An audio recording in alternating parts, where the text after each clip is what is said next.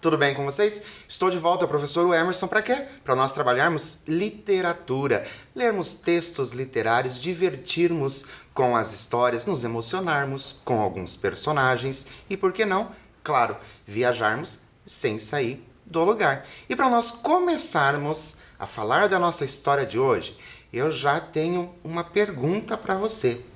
Será que você é uma daquelas pessoas que conhece bandeiras? E será que você conhece estas bandeiras? Olha só, esta bandeira, será que você sabe de qual país? País, tá? Nós estamos falando de países. Será que você sabe de qual país é esta bandeira? Dê um tempinho para você olhar bem. Já pensou em um só? Pensou em mais países? Olha só, nós temos a bandeira da Angola. Já tinha visto a bandeira da Angola? Sabia que era esta bandeira?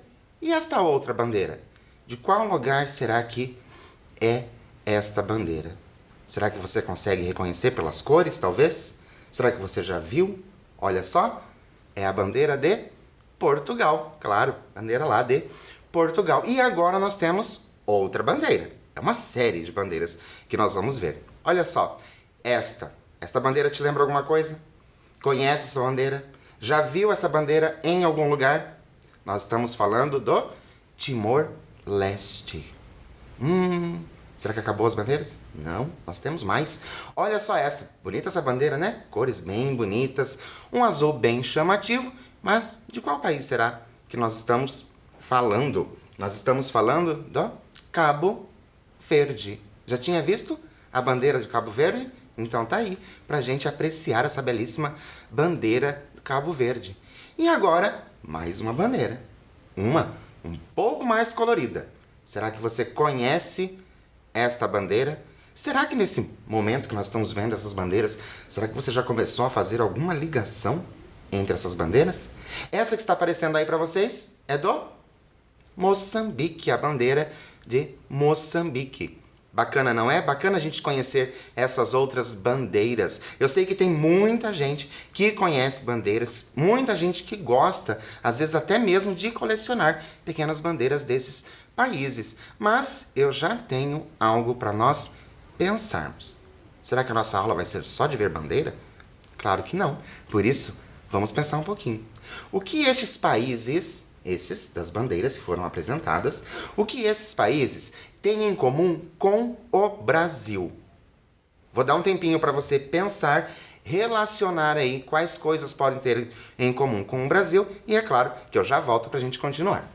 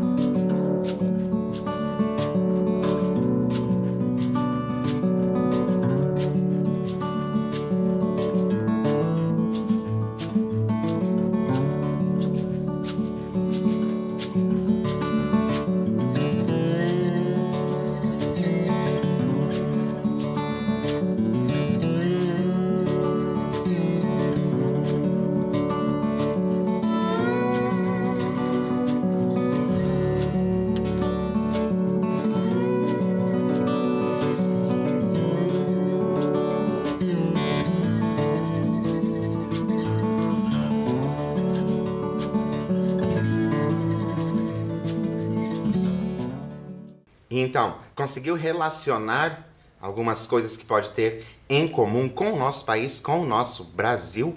Olha lá, lembra? Portugal. Portugal vai nos lembrar o quê? Vai nos lembrar alguma coisa que a gente aprende na escola. O que é? Língua portuguesa. Então, olha só, ao todo, são 9 países que possuem a língua portuguesa como idioma oficial. Esses países das bandeiras possuem essa língua. Além do Brasil e dos já apresentados, quais foram os países apresentados? Angola, Portugal, Timor-Leste, Cabo Verde e Moçambique.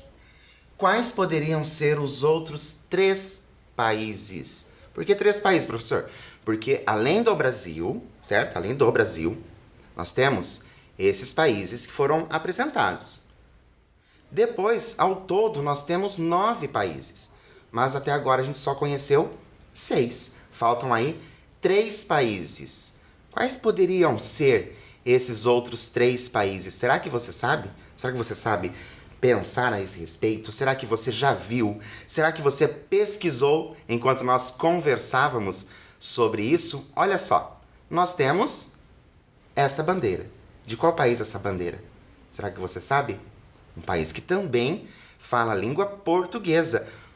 Isso que tem em comum com o Brasil. Olha lá, Guiné-Bissau também fala a língua portuguesa.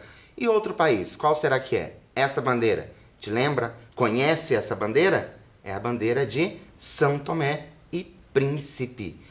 E por último, mas não menos importante, nós temos aí o outro país que fala também língua portuguesa, que é Guiné Equatorial. Ao todo, esses 9 países, certo? Falam aí a língua portuguesa, é o que eles têm em comum com o nosso país, o Brasil. E agora eu tenho mais uma atividade para você. Aí uma atividade falando de línguas, mas nós vamos falar aí de localização. Olha só, a qual continente pertence cada país? Então eu tenho, em cima, eu tenho 4 continentes apenas, tá? Eu tenho só esses 4 continentes. E aqui eu tenho a relação de países que falam a língua portuguesa. Será que você consegue relacionar a coluna de continentes com a coluna de países? Vou dar um tempinho para você enumerar e eu já volto.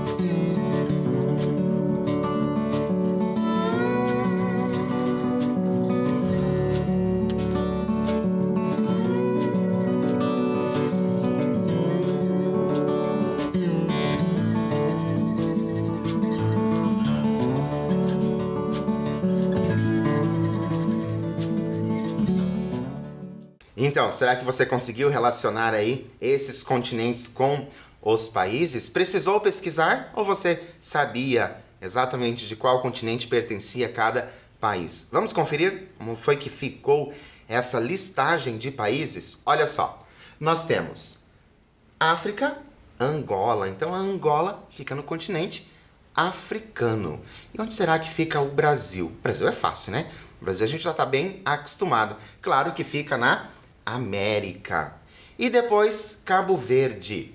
Onde será que fica Cabo Verde? O que será que você respondeu aí? Será que você respondeu que fica no continente africano? Será que foi isso que você pensou? Depois, nós temos Guiné-Bissau. E o Guiné-Bissau é um nome não muito comum, a gente não ouve muito, nós aqui brasileiros, falar deste país. Mas onde será que fica? Qual continente pertence? Pertence também ao continente africano, então pertence lá à África. Guiné Equatorial, os nomes parecidos, né? Os 2 Guinés, nós sabemos então que pertence também ao continente africano. Então a África, número 1 também. Moçambique, Moçambique já é um nome que a gente já ouviu algumas vezes, certo?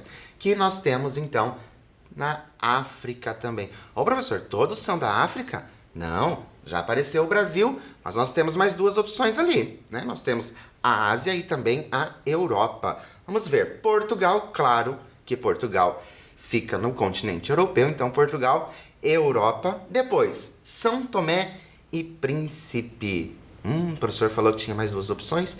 Será que essa pode ser de outro local? Também fica no continente africano.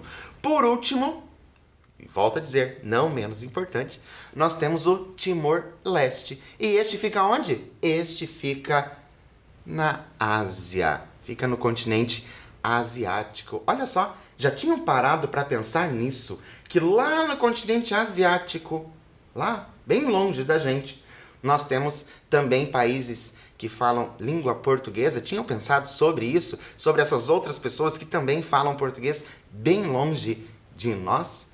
E agora a gente vai fazer o quê? Já que nós já vimos, né, essa questão das línguas, a língua portuguesa falada em outras regiões, nós vamos então falar sobre autores africanos. Você já leu algum texto de autores africanos? Seja ele qual for, e de qual estilo for esse texto. Se pode ser um poema, pode ser um conto, pode ser um romance, não importa. Será que você lembra, se você já leu algum desses textos de autores africanos? O que podemos esperar de textos literários africanos? O que vocês acham que nós podemos esperar de textos literários africanos? Eu vou dar um tempinho para você colocar aí as hipóteses do que nós podemos esperar desses textos e eu já volto.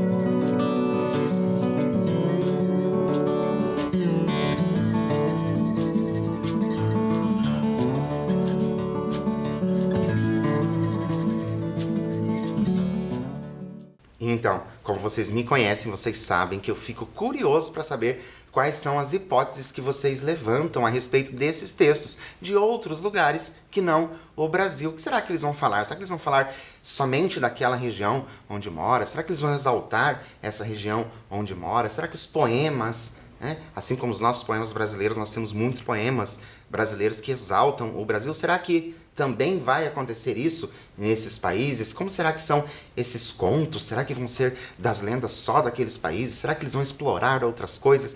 Muitas possibilidades nós podemos levantar a respeito de como pode ser esses textos. E eu te convido, então, para conhecer o nosso autor de hoje. Olha só, claro que se nós estamos falando de autores africanos, o nosso autor vai ser, sim, um autor africano. E eu trago para vocês o Mia Couto. Será que você já ouviu falar desse nome, Mia Couto? É um nome bem propagado aqui no Brasil também, dentro da literatura. Ele tem textos maravilhosos. O nosso autor, ele é bem novo. Nasceu no ano de 1955. E olha só, o nome dele completo, Antônio Emílio Leite Couto, mais conhecido por Mia Couto. Nasceu em 5 de julho de 1955, na cidade da Beira, em Moçambique. É filho de uma família de imigrantes portugueses. O pai, Fernando Couto, natural de Rio Tinto, foi jornalista e poeta, pertencendo a círculos intelectuais. Chegou a escrever 2 livros que demonstraram preocupação social em relação à situação de conflito existente em Moçambique. Mia Couto publicou seus primeiros poemas no jornal Notícias da Beira, com 14 anos. Iniciava, assim, o seu percurso literário dentro de uma área específica da literatura, a poesia. Mas, posteriormente, viria a escrever as suas obras em prosa. Em 1972, deixou a Beira e foi para Lourenço Marques para estudar medicina. A partir de 1974, enveredou pelo jornalismo. Em 1985, abandonou a carreira jornalística. Eu vou parar um pouquinho aqui de falar sobre o Mia Couto para a gente conversar a respeito da idade desse escritor. Vocês perceberam que com 14 anos, muito próximo da idade de vocês, 14 anos, ele teve o seu primeiro poema publicado no jornal. Não é bacana isso? Uma pessoa tão jovem poder ter o seu texto publicado, circulado ali nos jornais. Então você, que é uma pessoa que gosta de escrever poemas, sim, faça o seu poema circular, faça o seu conto, você é uma pessoa que gosta de escrever conto, faça o seu conto circular também para que as pessoas possam ter acesso àquilo que você escreve com tanto carinho. Porque quando a gente escreve realmente com bastante carinho. Mas vamos continuar. Mia Couto é um escritor da terra. Escreve e descreve as próprias raízes do mundo, explorando a própria natureza humana na sua relação umbilical com a terra.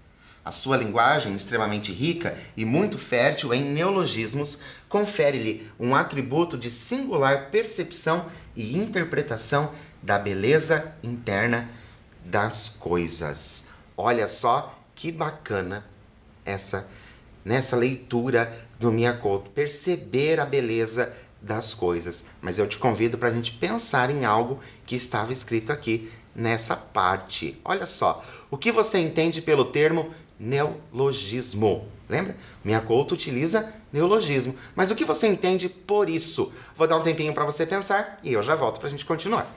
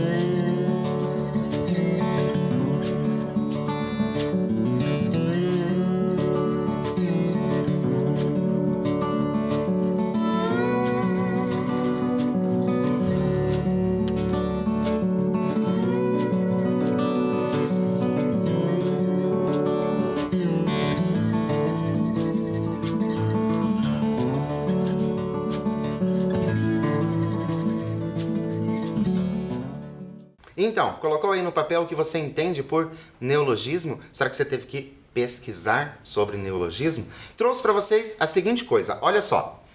Neologismo, procurei lá no dicionário online de português. De vez em quando eu coloco esse dicionário online de português para vocês também irem se acostumando a fazer essas pesquisas nesse local. Neologismo, então, significado. Utilização de novas palavras compostas a partir de outras que já existem no mesmo idioma ou não. Ação de atribuir novos significados ou sentidos a palavras que já existem na língua. A palavra ou expressão formada a partir dos processos acima citados. Ou seja, quando nós falamos de neologismo, nós estamos falando de novas palavras. E não é bacana a gente trabalhar com novas palavras? Olha só, o nosso autor de hoje, ele faz exatamente isso. Ele vai apresentando novas palavras. Cada palavra inventada, como que adivinha a secreta natureza daquilo a que se refere, entende-se como se nenhuma outra pudesse ter sido utilizada em seu lugar. Olha que profundo isso, por isso que o nosso autor inventa palavras, porque outra não poderia ter sido utilizada. Não é bacana isso? Você está ali pensando sobre alguma coisa e você pensa, mas não tem palavra que descreva isso. Então ele vai lá e inventa uma nova palavra. Mas vamos conhecer mais. As imagens de Mia Couto evocam a intuição de mundos fantásticos e, em certa medida, um pouco surrealistas, subjacentes ao mundo em que se vive, que envolve de uma ambiência terna e pacífica de sonhos, o mundo vivo das histórias. Atualmente, é o autor moçambicano mais traduzido e divulgado no exterior e um dos autores estrangeiros mais vendidos em Portugal. As suas obras são traduzidas e publicadas em 24 países. Várias das suas obras têm sido adaptadas ao teatro e ao cinema. Então a gente conheceu um pouquinho do nosso autor, Mia Couto, que é o autor que nós vamos fazer a leitura de um texto hoje, e vocês conseguem perceber a importância desse autor ali, nesse autor que nasceu lá em Moçambique. Olha só, parece tão longe e acabou sendo tão importante para nós aqui também. E claro que ele escreve em quê? Em língua portuguesa, porque Moçambique é um dos lugares ali que falam a língua portuguesa. Trouxe para vocês algumas obras dele para a gente conhecer. Então eu trouxe poemas escolhidos. Lembram que no início ele escrevia poemas e depois ele passou à prosa. O Fio das Miçangas, que é um livro de contos. Tá? E aqui eu tenho, por último, histórias abençonhadas. Olha como a gente já tem uma ideia de neologismo, né? Abençonhadas, né? Misturando ali, talvez, bênção com sonhos. Então é muito bacana essa ideia. Então só pelo nome a gente já se interessa em saber como são essas histórias, né? Como diz lá, histórias abençonhadas. Então, agora, eu convido você, antes de nós começarmos, para a gente pensar um pouquinho na possibilidade do título. O conto que leremos tem tudo a ver com uma paixão nacional. Será que você consegue descobrir o nome? Ali em vermelho, eu tenho o quê? Eu tenho as letras embaralhadas. Será que você consegue? Pensando que nós estamos falando de um autor ali que trabalha com neologismo. Vou dar um tempinho para você e eu já volto.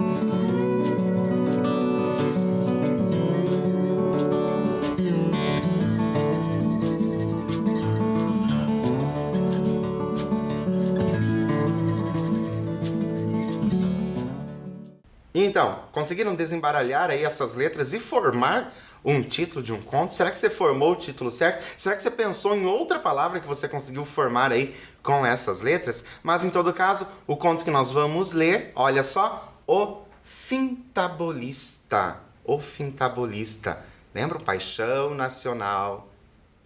Tudo isso a ver com o nosso conto de hoje. Ele foi tirado aqui deste livro Contos do Nascer da Terra. Olha que bacana. Então, vamos começar com essa história, O Fintabolista?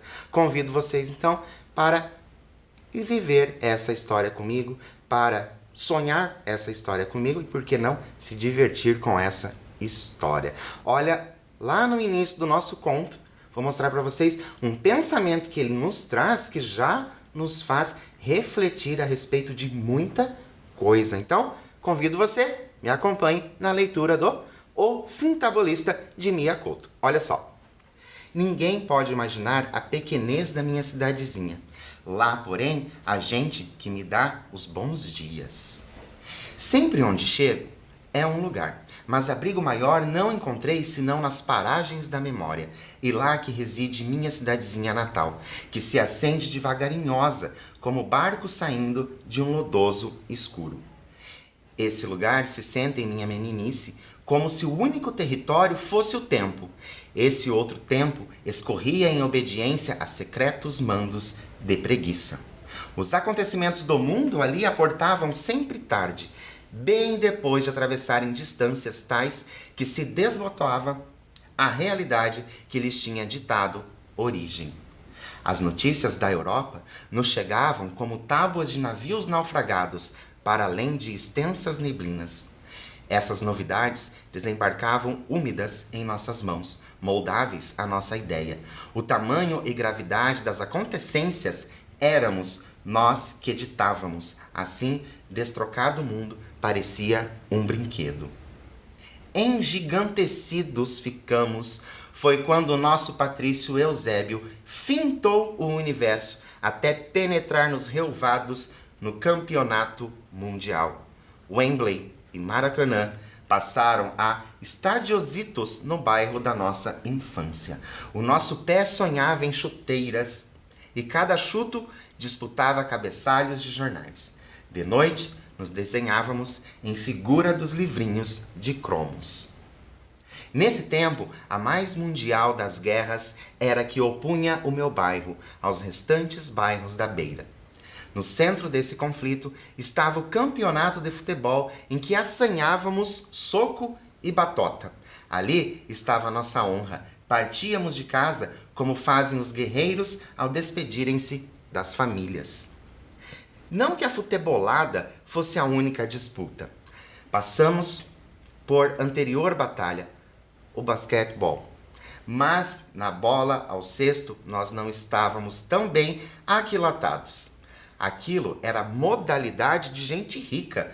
Tanto estávamos desfasados que, em meio de decisiva batalha, o nosso pivô interrompeu a partida para perguntar ao árbitro se não podia encestar com a cabeça. Nós fizemos a leitura da primeira parte deste conto. E será que você percebeu que, além de novas palavras, nós temos palavras que são um pouco desconhecidas pela gente? Por quê? Porque o texto, sim, foi escrito em português, ele está em português da forma que o autor escreveu, certo? Então, vai sim acontecer de nós vermos aí uns acentos diferentes do que nós estamos acostumados, umas palavras diferentes. Mas então, estão gostando dessa ideia, desse nosso texto, né? O fintabolista, será que você já pensou aí bem o que é fintabolista, de fintar? Pensou sobre isso? Será que você já sabe isso, o que nosso texto pode trazer? Mas antes, eu tenho uma pergunta para vocês. Você concorda com o narrador no trecho aquilo, o que é o aquilo? Basquetebol era modalidade de gente rica? Por quê? Você concorda ou discorda? E por quê? Um tempinho para você e eu já volto.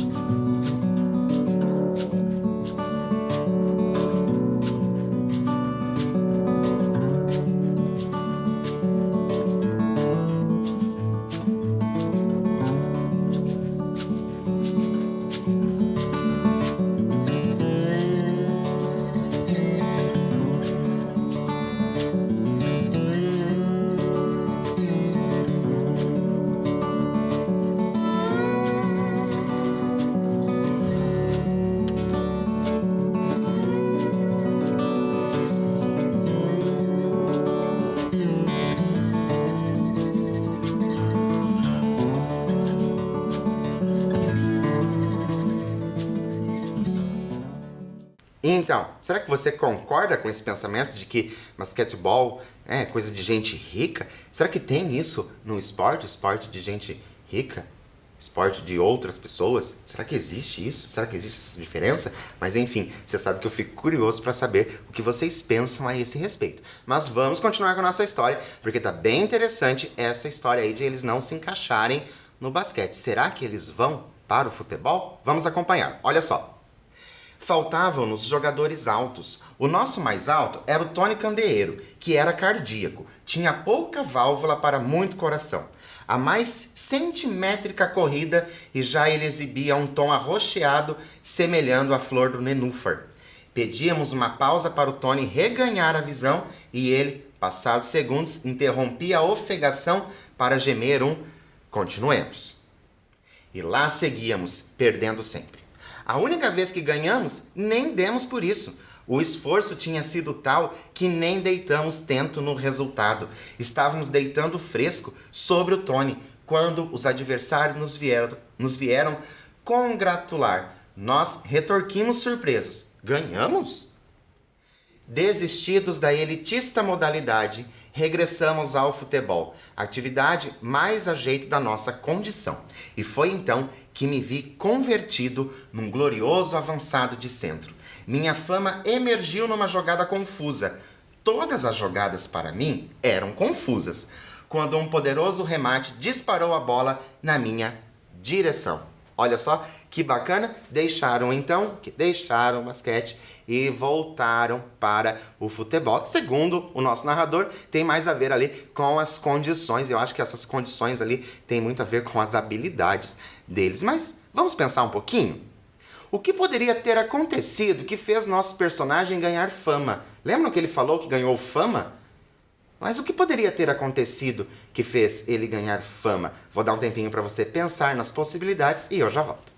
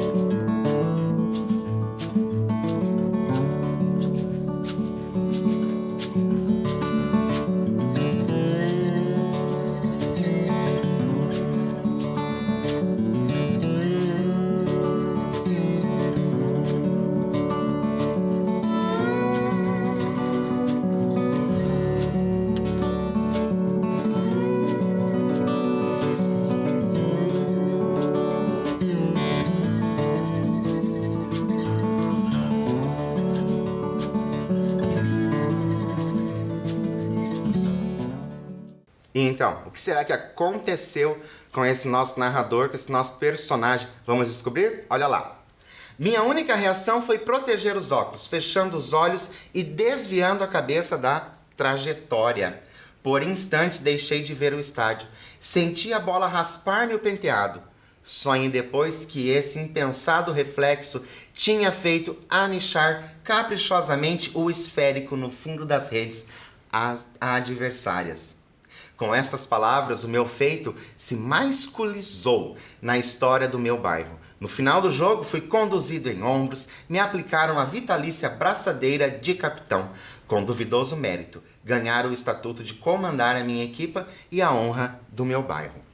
Acontecia, no entanto, que a minha equipa sofria de carência grave de rematadores. Passávamos o jogo fintando de um ao outro lado do campo sem nunca nos decidirmos a rematar. Ainda adotamos a tática de chutar alto para aproveitar a altura do nosso Tony Candeeiro. Mas ele, com sua falta de válvula, assim que saltava, perdia a visão.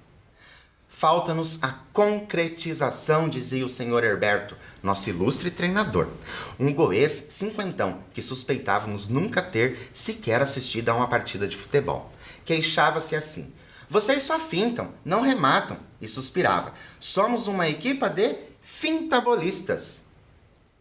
Entre esforçados empates e involuntárias vitórias, lá conseguimos chegar à finalíssima do campeonato interbairros. O senhor Herberto, que estava sempre calado, trouxe então a solução, que tinha ouvido falar que, na vila de Marromeu, havia um jovem dotado de poderosíssimo remate, de tal modo que era conhecido pelo Chimbo de Marromeu. Com seu vertiginoso pontapé, o moço já tinha derrubado postes e árvores, e só de mencionar o seu nome, os guarda-redes eram acometidos de terrores imobilizantes. A proposta era contratar o Chimbo, pagando-lhe para que ele atuasse como avançado da nossa equipa. A ideia foi como pedra em charco. Olha só, pedra em charco. E agora, claro que nós vamos pensar sobre essa expressão. De acordo com o contexto, como podemos compreender a expressão pedra no charco, pedra em charco? Como a gente consegue compreender essa expressão? Lembra? Ia ser contratado. Então, como que nós compreendemos isso? Vou dar um tempinho para você e eu já volto.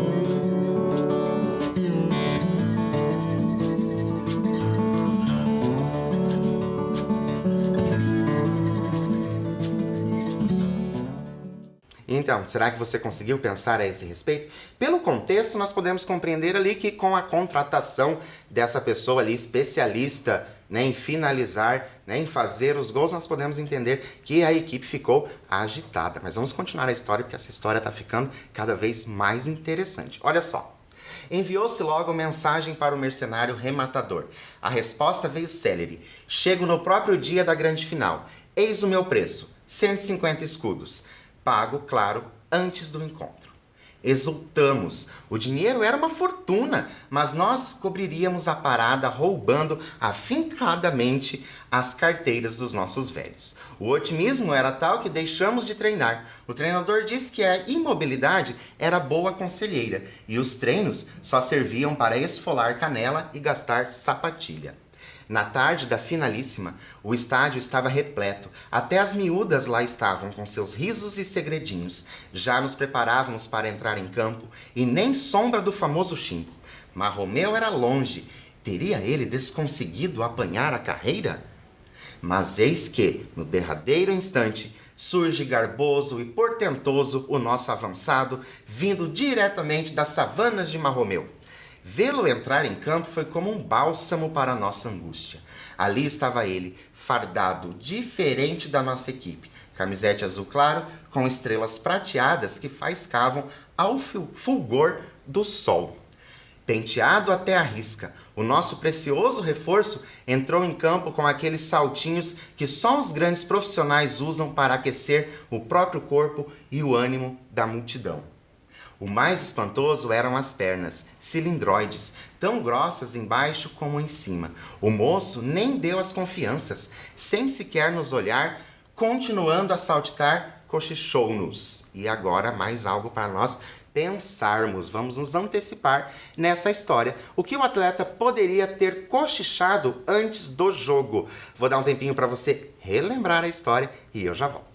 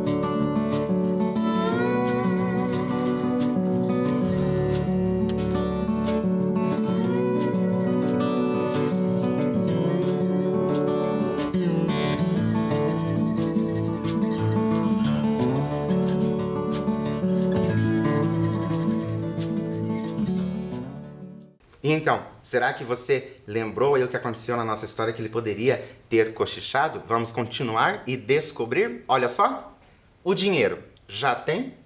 Herberto respondeu que já tinha colocado no lugar combinado. E a tática? Perguntou o contratado, sempre aos pulinhos. A tática herbertiana era a mais simples. Passar o esférico imediatamente ao chimbo de Marromeu. E lá começou o jogo. Na primeira jogada, a bola vem a meus pés e eu, ofuscado pelo sol, levanto a perna ao acaso. A bola toca no meu joelho, ganha efeito, passa por cima de 2 adversários e vai na direção de Tony. Este salta e, obviamente, sem visão, cabeceia o esférico com a nuca. Atônitos com a arquitetura dessas trocas estavam o adversário, o público e mais que todos nós próprios. A bola volta a ficar comigo e a nossa claque urra frenética. Passa ao chimbo! Passa ao chimbo! Eu fiz a bola rolar para os pés do nosso salvador. Ele não rematou logo. Deixou a bola parar e, com estilo de exímio executante, deu uns passinhos para trás para ganhar balanço. Um silêncio se instalou em todo o campo, como se o universo inteiro se atentasse no virtuosismo do futebolista. O chimbo, qual búfalo, deflagrou um tropel em direção à bola. O barulho dos seus passos e a poeira que se levantou à sua passagem foram tais que eu fechei os olhos. Esperava escutar o vigoroso bater da bola, mas o tudo que ouvi foi um tímido trrr, igual a um rasgão de roupa, uma costura se desfazendo. E agora? O que poderia ter acontecido com o chimbo, o nosso craque, né? O futebolista, ele não era fintabolista, ele era futebolista. O que poderia ter acontecido? Vou dar um tempinho para você colocar as hipóteses no papel e eu já volto.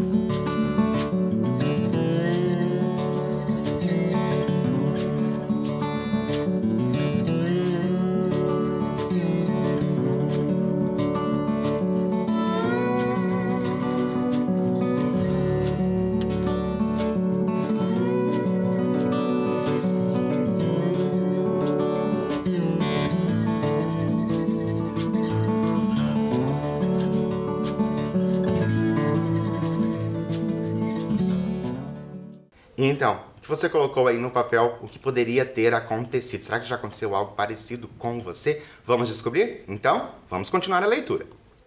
Quando reabriu os olhos, ainda vi a perna gorda do chimbo chutando o ar e uma suspeitosa mancha castanha lhe surgindo nos calções. O mercenário rematara em falso, com um impulso tal que se borrara em vergonhoso descuido. O que se passou em seguida foi o maior embaraço. O glorioso rematador saindo em soluços, rodeado por nós que parecíamos nem dar pelos odores castanhos que lhe escorriam pelas pernas. Enquanto ele se retirava, ainda um de nós balbuciou: "E pá, e o nosso dinheiro?" Contudo, já o mercenário escapava pelos caniços que rodeavam o estádio. Me recordo ainda de ver rebrilhar entre as densas folhagens as estrelas prateadas do seu espantoso fardamento. Com o poente daquelas estrelas se extinguia a minha ilusão de ser campeão mundial de futebol. E assim nós terminamos o nosso conto. E gostaram desse conto? Fintabolista? Foi assim que você tinha imaginado essa história lá no início do que poderia acontecer? E quais eram as suas expectativas a respeito de um texto africano? Lembra que lá no início nós falamos sobre os autores africanos, se você já tinha lido, e o que a gente poderia esperar de um autor africano? Será que você imaginou que nós poderíamos ter esse conto de um autor africano com essa leveza e, claro, um conto cheio de humor? E será que você foi uma daquelas pessoas que ficou torcendo para que tudo desse certo nesse jogo de futebol, nessa final, né, de jogo de futebol? Ou será que você já esperava que tudo isso pudesse acontecer, já que, né, o time dos meninos ali não pareciam ser um time muito, né, de competência, com muita habilidade? Eu, sinceramente, espero que vocês tenham gostado. Por hoje, é claro, eu fico por aqui, mas não te abandono não. Eu volto com vocês em nossa próxima aula. Um grande abraço e até lá!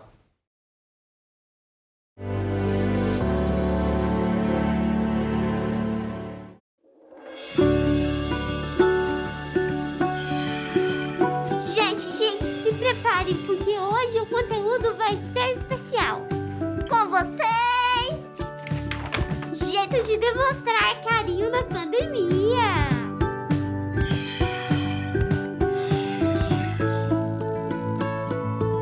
Jeito número 1, o pezinho.